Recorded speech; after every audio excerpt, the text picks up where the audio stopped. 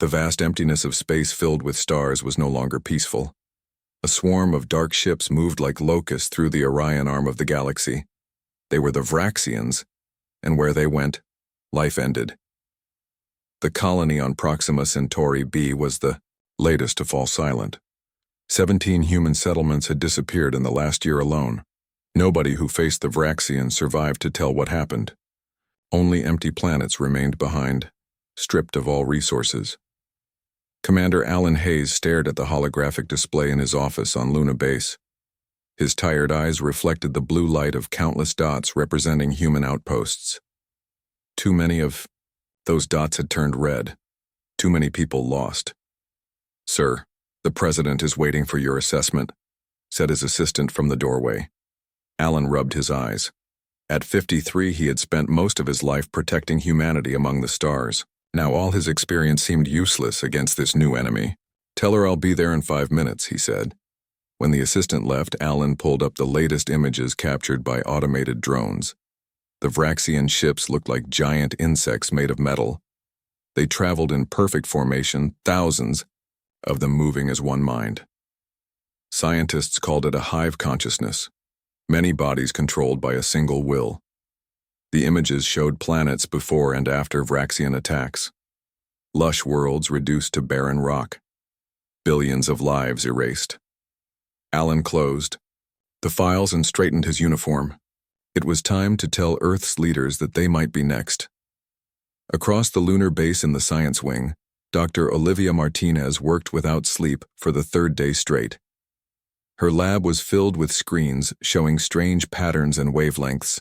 These were recordings of Vraxian communications captured by probes before they were destroyed.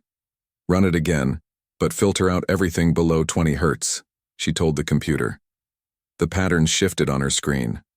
Olivia leaned forward, her dark eyes widening.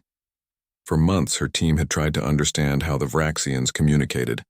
If humans could understand them, maybe they could find a weakness. "There," she whispered, pointing to a repeating signal. "It's not random. It's structured." Her assistant, Ben, looked up from his own work. "You found something?" Olivia nodded, slowly.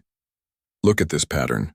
It repeats, but with small variations. It's like orders being given." "Orders? You mean they're not all equal parts of the hive?" "No," Olivia said, excitement growing in her voice. "There's a hierarchy. Some ships give commands, others follow. And if there's a command structure, then there might be a command ship." "Ben," finished. Olivia grabbed her tablet. "I need to get this to Commander Hayes immediately. This could change everything." Far from Earth, at the edge of human space, Captain Peter Morgan watched his home die. His small scout ship, the Sparrow, hid behind a moon as the Vraxian swarm surrounded Proxima Colony. From this distance, the colony looked peaceful. A dome, city sitting on the rocky plains of humanity's first extrasolar settlement. Then the swarm descended. Thousands of ships, each the size of an old Earth aircraft carrier, moved with terrible purpose. Peter wanted to look away but forced himself to watch. His ship's sensors recorded everything as the aliens surrounded the colony.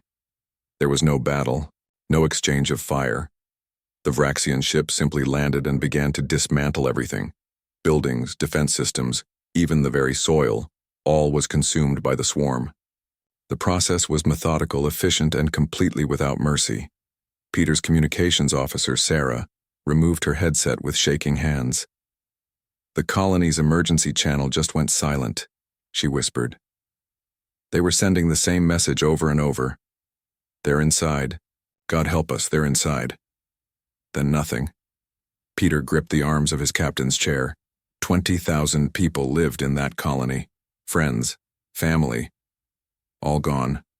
"Captain," his navigator said, voice tight with fear. "I've plotted their course, based on previous attacks. If they maintain their current direction, Earth is next," Peter finished. He had suspected it for weeks. The Vraxian swarm wasn't moving randomly. It was following a deliberate path toward the heart of human space. "We need to get this data back," Peter said, making a decision. "Prepare for emergency jump. We're the only ones who know what happened here." As the Sparrow's engines powered up, one of the Vraxian ships detached from the swarm and turned toward them. They had been spotted. "Jump drive at 60%, Sarah called out. "We need 2 more minutes." "We don't have 2 minutes," Peter said as he took manual control of the ship. "Hold on!" The Sparrow shot forward, racing around the moon's curve to put it between them and the approaching alien. Peter pushed the engines beyond safe limits, making the small scout ship shake violently. The Vraxian vessel fired. A beam of energy cut through space just behind them, missing by meters. The alien ship was faster than anything human built, closing the distance quickly. "Jump drive at 80%, Sarah reported, her fingers flying over controls. "Still need 1 minute." Another energy beam sliced past them, closer this time.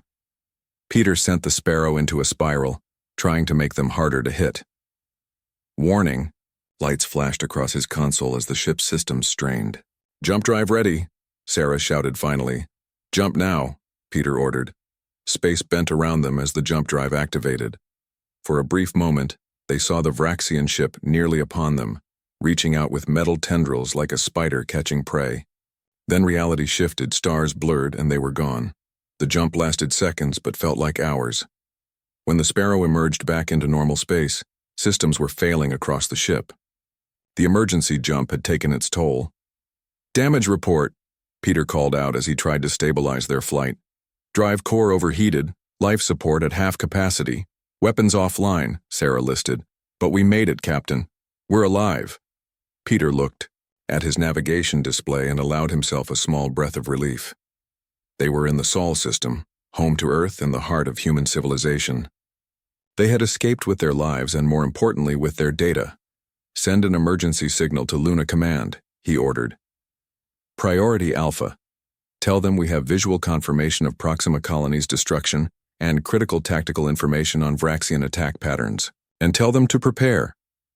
As the message went out, Peter stared at the distant point of light that was Earth. Beautiful, blue, and still unaware of what was coming. The Vraxians had ravaged the galaxy unchallenged for too long. Someone needed to stand against them. He didn't know that deep within Jupiter's swirling clouds, humanity had already been building its answer, a weapon unlike any before it. The last, best hope for survival. The EDS redemption was about to reveal itself to the stars. The secret shipyard inside Jupiter's atmosphere was humanity's best-kept secret. Hidden within the gas giant's swirling storms, thousands of workers had labored for 5 years to build mankind's last hope. They called it Project Nemesis. Chief Engineer Samantha Wells stood at the observation deck, watching as workers in specialized suits attached the final armor plates to the massive ship. The EDS redemption was unlike anything humans had ever built. It stretched nearly 2 miles from bow to stern, its dark hull designed to absorb enemy scans rather than reflect them. "Beautiful, isn't she?" asked a voice behind her. Samantha turned to see Admiral William Carter. He was tall with a weathered face that showed the burden of command. His eyes held a pain she recognized. He had lost his wife and daughter when the Vraxians destroyed Europa Colony. "She's more than beautiful," Samantha replied. "She's our salvation." Carter nodded, looking out at the Dreadnought. "Will she be ready?" Samantha hesitated. As project director, she knew every bolt and circuit in the ship. She also knew what corners they had cut to finish in time. The weapons systems are operational. The quantum shields are at 92% efficiency. The AI defense system is online, but still learning. We've had to rush the final integration tests, but will she fight? Carter interrupted. That's all that matters now. She'll fight, Samantha said firmly. I stake my life on it. Good. Because we all will. Carter handed her a tablet. The President has activated Project Nemesis ahead of schedule. The Vraxians have entered the solar system. They've already hit the Neptune outpost. Samantha felt the blood drain from her face. We need another week at least. We don't have a week. We have 48 hours. Get your team ready. As Carter walked away, Samantha stared at the ship that would determine humanity's fate. The Redemption contained every technological breakthrough of the past decade, many still experimental. The quantum shields could, in theory, withstand weapons that had destroyed other human vessels with ease. The main cannon was powerful enough to punch through a small moon. And the heart of the ship, the artificial intelligence system nicknamed Athena, was designed to learn and adapt during battle faster than any human could, but none of it had been tested in actual combat. Aboard the Luna base, Commander Alan Hayes rushed through crowded corridors.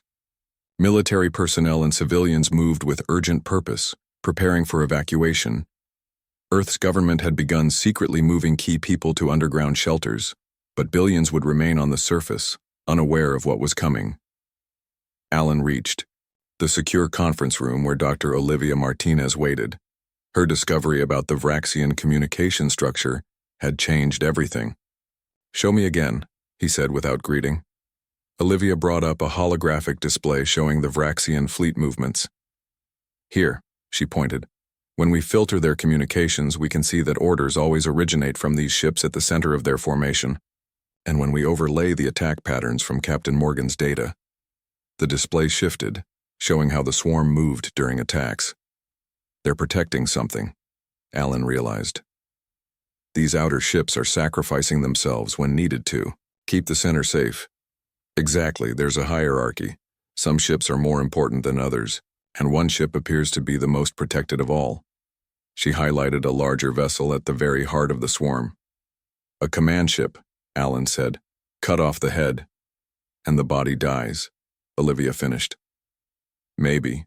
We can't be sure, but it's the best theory we have." Alan nodded grimly. "I'm sending this directly to Admiral Carter. He leaves for Jupiter Station in an hour to take command of our countermeasure." "What countermeasure?" Olivia asked. "I have the highest security clearance in the science division, and I've never heard of anything that could stop the Vraxians." Alan studied her face for a moment before deciding. "Project Nemesis. It's been kept compartmentalized, need to know only. But you need to know now because you're going with Carter." "I'm what?" "Your understanding of Vraxian communication could be critical. Pack whatever you need. Transport leaves in 1 hour." On the far edge of the solar system, the Vraxian swarm moved steadily inward. The Neptune research station was already gone, its personnel and resources absorbed into the alien collective. The massive fleet moved like one organism, thousands of ships maintaining perfect formation as they headed toward Saturn. Inside the transport ship racing toward Jupiter Station, Captain Peter Morgan studied the tactical display with growing dread. After delivering his report from Proxima Colony, he had expected to be assigned to Earth's defense fleet. Instead, he'd been ordered to join something called Project Nemesis. "Approaching Jupiter atmosphere entry point," the pilot announced. "Activating specialized shields." The transport ship shuddered as it pierced the outer layers of the gas giant. Outside, swirling storms that could swallow Earth several times over raged across the planet's surface. The ship descended deeper, following a carefully plotted course through the chaos. Then suddenly they broke through into an artificial calm, a massive bubble of stabilized atmosphere maintained by technology Peter had never seen before. And within this bubble floated the largest spaceship he had ever seen. "My God," Peter whispered. "What is that?" "That, Captain," said Admiral Carter, who sat across from him, "is the EDS Redemption, and you're going to be my executive officer. Aboard her." The transport docked with Jupiter Station, the massive space platform that served as the construction base for the Dreadnought. Engineers and crew members rushed in all directions, loading final supplies and preparing for launch.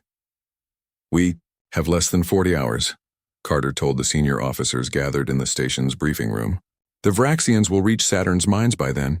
We need to be ready to intercept them there." Samantha Wells stepped forward. "Admiral, with all due respect, the ship needs more testing, the AI system especially." "No time," Carter cut her off. "We've just received word that the first wave of Vraxian scouts has already reached Saturn's outer moons. The main swarm isn't far behind." He turned to the assembled officers, Peter, Samantha, Olivia, and a dozen others selected from Earth's best. "You were all chosen because you're the best at what you do. The Redemption is the most powerful weapon humans have ever built, but she's nothing without her crew.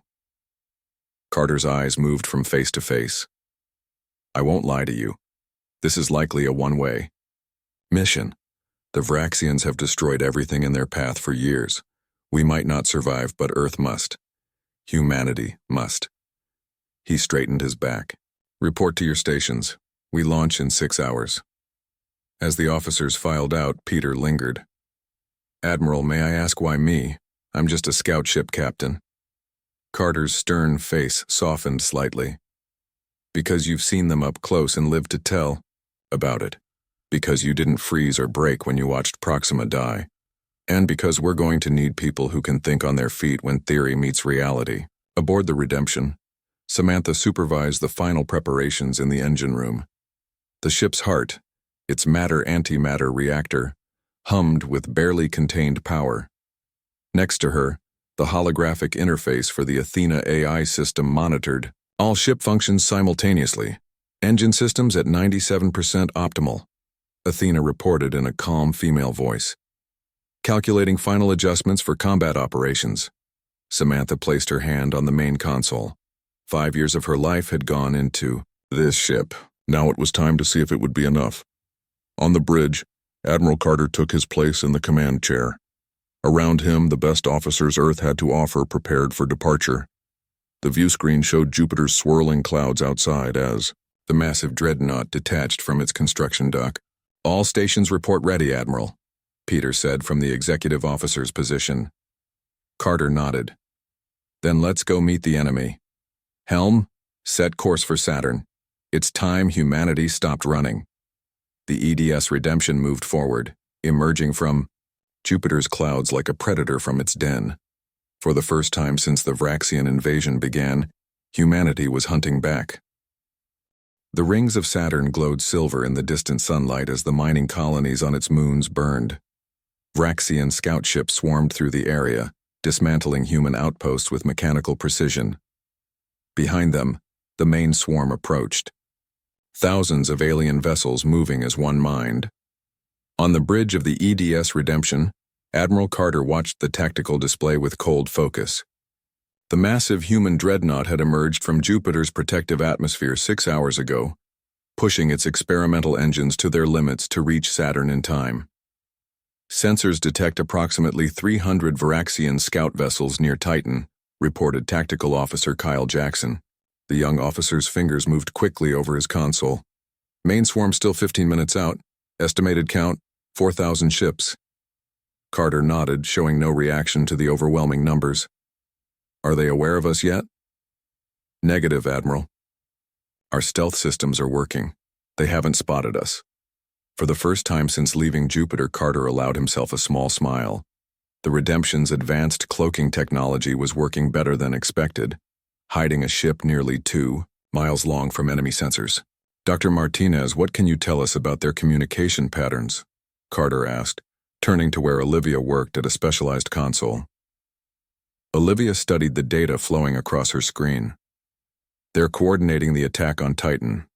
Orders flowing from the center of the formation, just like we saw before. But there's something else. She frowned. The communication intensity is increasing. They might be preparing for something bigger. Captain Peter Morgan moved to stand beside Carter. Sir, we should evacuate any survivors from Titan before engaging. No time, Carter said. Our priority is to hit them before they detect us. We get one chance at surprise. He turned to communication specialist Lisa Rivera. Broadcast an emergency evac order to any human vessels in the area. Tell them to run for Earth at maximum speed. Yes, Admiral, Lisa replied, sending the message.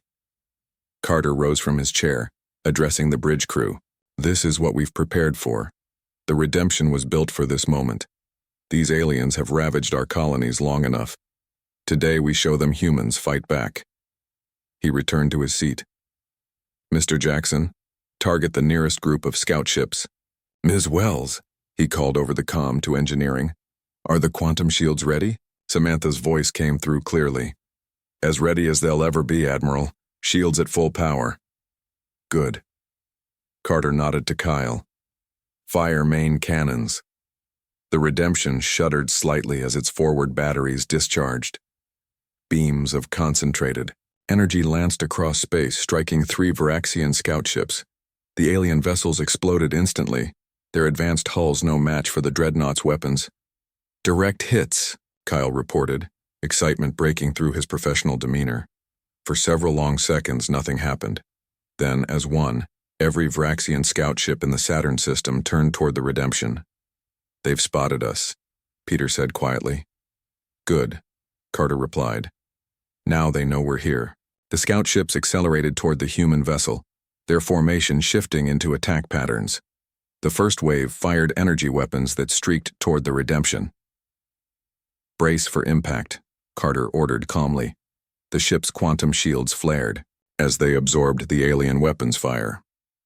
On the bridge, displays flickered but remained active. "Shields holding at 92%, Samantha reported from engineering, unable to keep the surprise from her voice. "The absorptive properties are working better than predicted." "Target next wave and fire," Carter ordered. Again, the Redemption's main cannons fired, destroying 5 more Varaxian vessels. But now, hundreds more were closing in. "Admiral, Olivia," called urgently.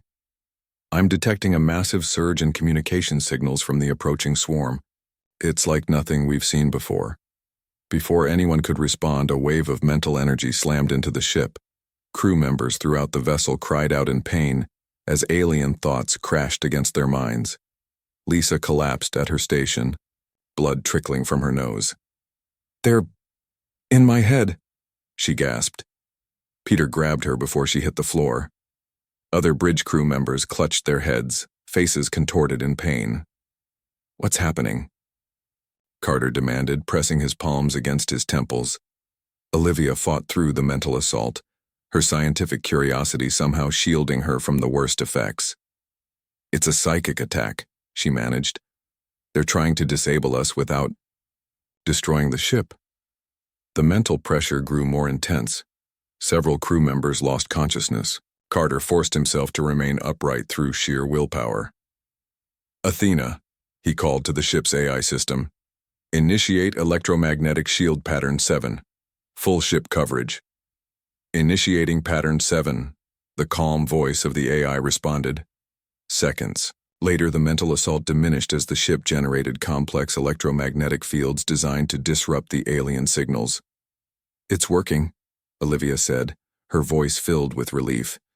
"The EM fields are blocking their psychic attack." Carter nodded grimly. "They've shown us something new. That means we've got their attention." He turned to Peter. "Captain Morgan, take tactical. Mr. Jackson needs medical attention." Peter moved to the tactical station where Kyle was struggling to stay conscious. "Sir, main swarm approaching fast. We'll be surrounded in minutes." "That's their mistake," Carter said. "They think numbers will overwhelm us. Show them what this ship can do, Captain." Peter's hands flew across the tactical controls. The Redemption's secondary weapon systems came online. Missile batteries, point defense lasers, and energy torpedoes. He launched a spread of missiles that split into multiple warheads, striking dozens of Varaxian ships simultaneously. The bridge crew watched in amazement as the enemy vessels exploded. For years, humanity had barely been able to scratch Varaxian hulls. Now they were destroying them by the dozen. "They're adjusting their approach," Peter reported, becoming more cautious. On the main view screen, the Varaxian vessels changed formation. Instead of rushing straight in, they began to circle the Redemption, probing its defenses from different angles. "They're learning," Olivia said, studying her readings. "And, wait, the command signals are changing. Look at this pattern." She sent the data to Carter's display. The Admiral studied it for a moment. "They're confused. They've never encountered effective resistance before." "Admiral," Peter called, "the main swarm has arrived." The view screen showed a terrifying sight. The full Varaxian fleet had arrived. Thousands of biomechanical ships surrounding Saturn. At their center was a vessel much larger than the others, nearly matching the Redemption in size. "That's it," Olivia said, excitement in her voice despite the danger. "That's the command ship. The source of the strongest signals is coming from that vessel." Carter studied the massive alien ship. "Then that's our target. Helm. Plot a course directly through their formation. We're going to punch straight through to that command ship. The helmsman looked shocked. Sir, that means flying directly into the densest concentration of enemy vessels. I know exactly what it means, Carter replied. Do it. As the Redemption turned to face the heart of the Vraxian swarm, Samantha's voice came over the comm from engineering. Admiral, I've been analyzing their weapon impacts on our shields. There's a specific frequency pattern we might be able to exploit. Explain, Carter ordered. Their weapons operate on a quantum resonance we can target. If we modify our main cannon to match that frequency but reverse the phase, we might be able to cause a cascading failure in their systems. Carter looked to Olivia, who nodded in agreement. It's theoretically sound. Their ships are all connected through that hive mind. If we can disrupt one with the right frequency, we might disrupt them all. Carter finished. Do it. How long? 20 minutes, Samantha replied. Carter looked at the tactical display. The Redemption was about to charge into combat against thousands of enemy vessels. You have 10, he said. The Redemption plunged forward into the heart of the Vraxian swarm. The massive human Dreadnought's weapons fired constantly, clearing a path through the alien vessels. On the bridge, Admiral Carter watched with grim determination as the ship shook from repeated impacts. Shields at 67%, reported Peter Morgan from the tactical station. We've destroyed 48 enemy ships, but thousands more are closing in. Carter nodded without taking his eyes off the main view screen. Stay on course for the command ship. How's our weapon modification coming? Engineering reports 7 minutes to completion, Lisa Rivera answered, having recovered enough from the psychic attack to return to her post. We don't have 7 minutes, Carter muttered. As if to prove his point, a group of 30 Vraxian ships coordinated their fire on a single section of the Redemption's shields. The ship lurched violently, throwing crew members against their stations. Shields down to 51% in Section 4. Peter called out. They're learning to focus their attacks. In engineering, Samantha Wells worked frantically alongside her team. The ship's massive engines hummed around them as they modified the main cannon's frequency modulators. Sweat dripped from Samantha's forehead as she calibrated delicate equipment that was never designed to be adjusted during battle. Reroute power from decks 15 through 20, she ordered a nearby engineer. We need more energy for the phase inverters. The ship rocked again from another hit. Warning lights flashed across Samantha's console. Chief, called one of her team. The reactor's running hot. We're pushing it beyond safe limits. I know, Samantha replied without looking up. Keep the cooling systems at maximum. We either get this working or nothing else matters. On the bridge, Olivia Martinez studied the Vraxian communication patterns with growing excitement. Admiral, their signals are becoming more frantic. I think they're genuinely concerned about us. Good, Carter said. It's about time they felt what we've been feeling. The ship shuddered as more enemy fire struck the shields. Peter fired another barrage, destroying several nearby alien vessels. Sir, he reported, the swarm is thickening. They're placing more ships between us and the command vessel. Carter studied the tactical display. The Vraxians were indeed concentrating their forces to protect their command ship. That confirmed Olivia's theory. The large vessel at the center was critical to them. Helm, adjust course, full speed ahead, he ordered. The helmsman looked back in shock. Sir, that will take us directly through their heaviest concentration. I know. Do it. The Redemption surged forward, engines straining as the massive ship accelerated. More Vraxian vessels swarmed around them, firing continuously. The shields flickered under the assault. Shields at 40%, Peter reported. 35%, and we can't take much more of this. Lisa suddenly straightened at her console. Admiral, I'm receiving a transmission from the Vraxian command ship. Transmission? They've never attempted communication before, Carter said. Put it through. The bridge speakers crackled with a strange, distorted sound. It wasn't words exactly, but something more primal. A series of tones and mental impressions that somehow formed meaning in the minds of the humans. Inferior. Consume. Resistance futile. Lisa translated haltingly. wincing as the alien concepts forced themselves into her mind. They think we're cattle, Olivia realized. They don't see us as worthy opponents, just resources to be harvested. Carter's face hardened. Send a response. Tell them humanity is not prey. Before Lisa could transmit, the ship rocked more violently than before. Consoles exploded across the bridge as a coordinated Vraxian attack briefly penetrated the shields. Direct hit on Deck 12, Peter shouted, over the noise of damage alarms. Shields failing in multiple sections.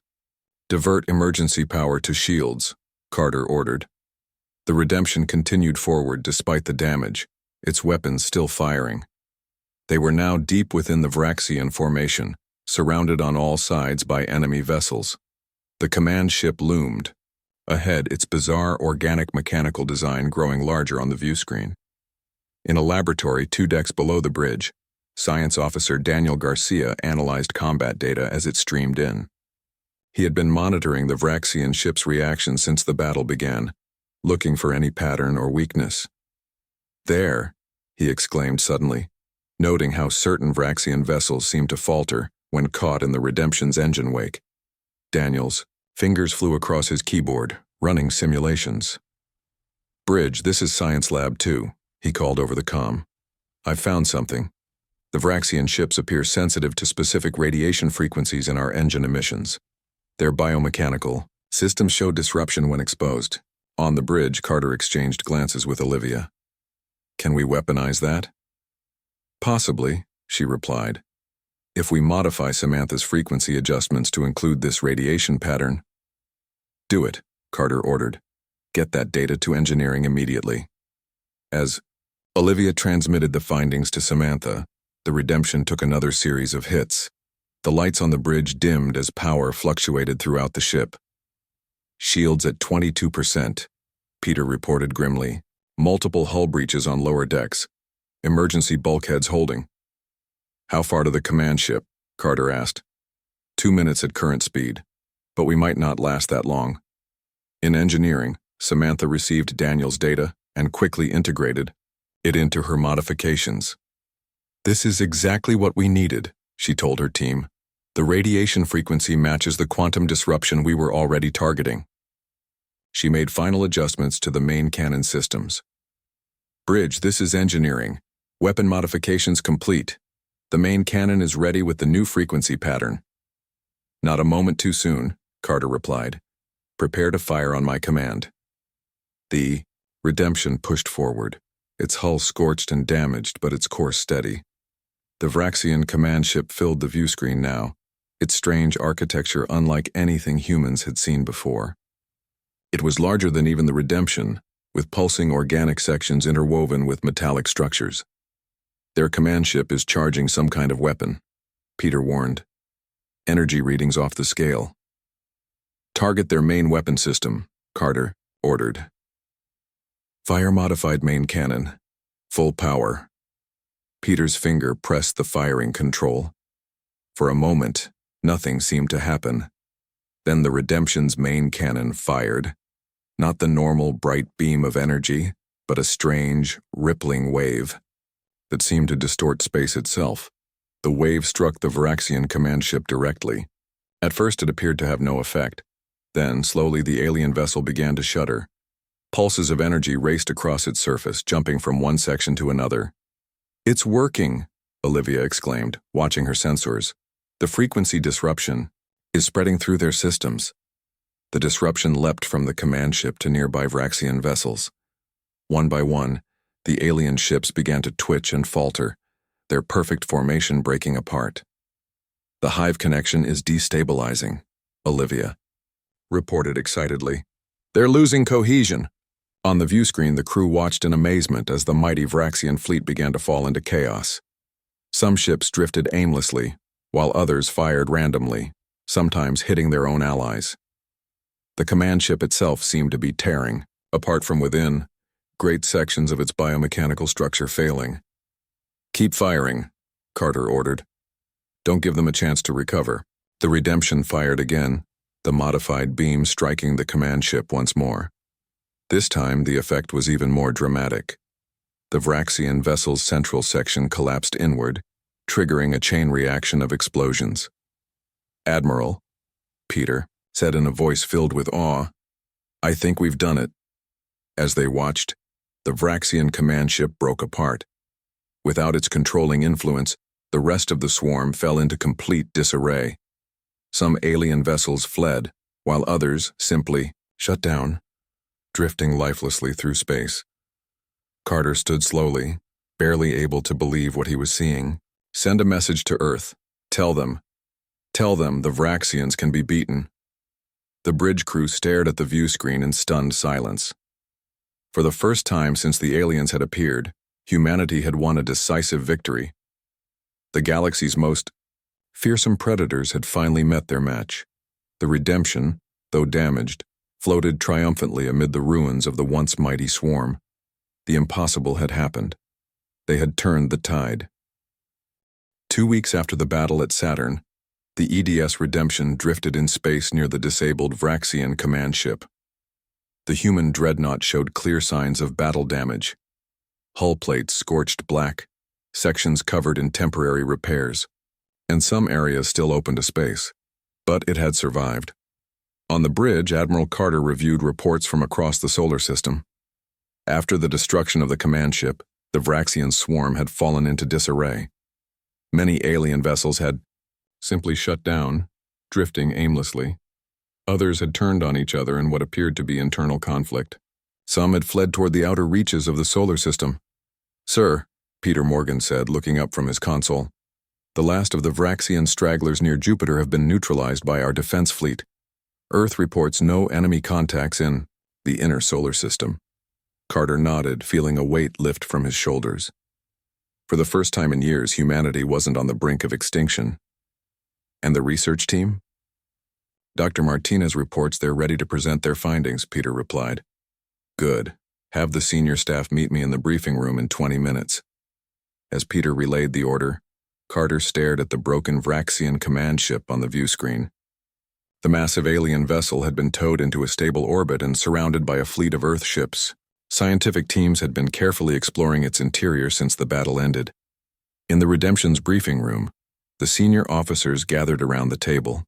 Many bore injuries from the battle: bandages, slings, and burn treatments. All looked exhausted but carried themselves with pride. They had accomplished what no one thought possible. Olivia Martinez stood at the head of the table beside a display screen. She had spent days aboard the Vraxian command ship with a research team, protected by Marines and wearing special suits designed to shield them from any remaining psychic influences. "What did you find, Doctor?" Carter asked. Olivia activated the display, showing images from inside the alien vessel. The Vraxian command ship contained what we believe to be their leadership caste. Unlike the drone ships, which are mostly mechanical with limited organic components, the command vessel housed thousands of physical Vraxian entities. The display showed strange, insect-like creatures with multiple limbs and large head structures. The assembled officers studied the images with a mixture of fascination and disgust. "They are a hive species," Olivia continued. "Multiple specialized forms serving different functions, all linked through a complex psychic network. The ship itself was partially grown rather than built, a living extension of the collective. Like a nest," Samantha Wells observed. "Exactly," Olivia nodded. "But that's not the most significant finding." She changed the display to show another section of the alien ship, a vast chamber filled with what looked like star maps and navigation data. "They were running," she said simply. The room fell silent as the officers processed this information. "Running from what?"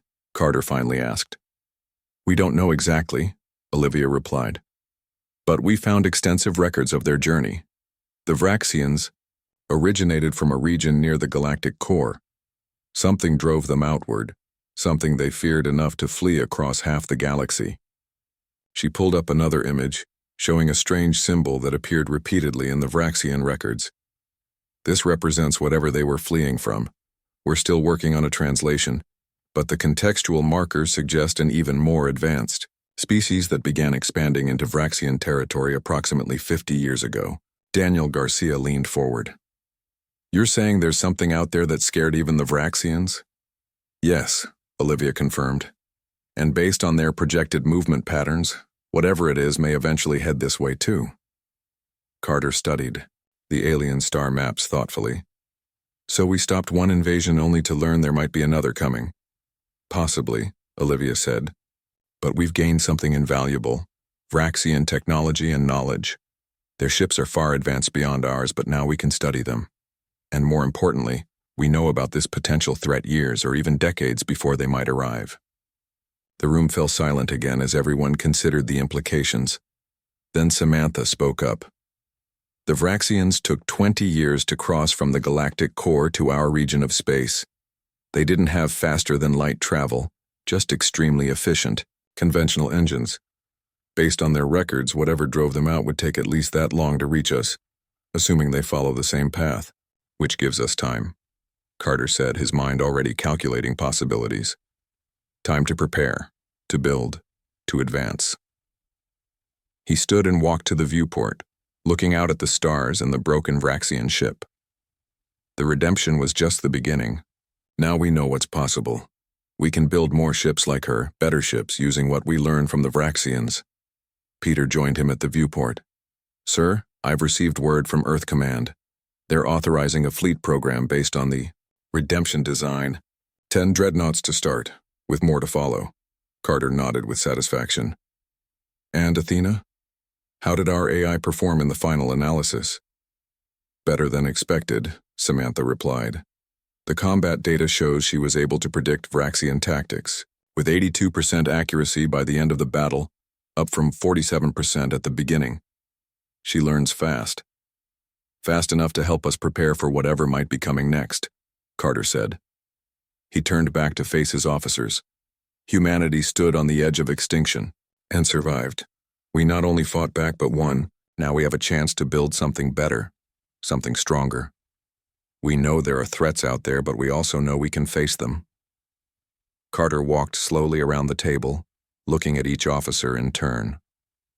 The redemption will be repaired and upgraded.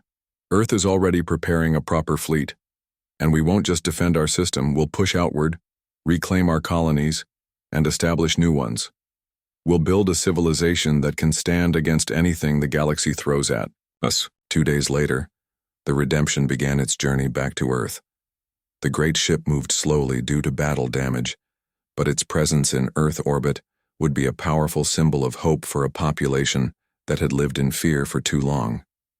On the observation deck, Peter found Admiral Carter staring out at the stars. Saturn's rings were visible in the distance, the site of their impossible victory.